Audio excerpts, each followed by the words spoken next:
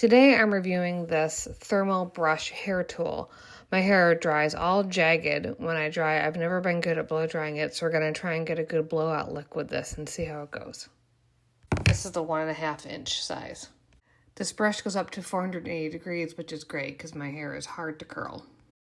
So we're going to go in small sections and brush it up, wind it up, and then hold it for a second and see what it does. And I think you're going to like the results.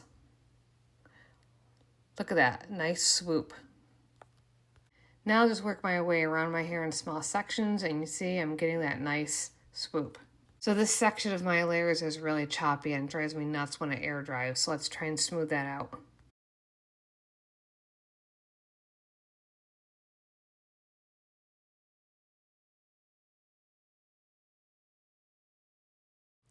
Wow, look at that.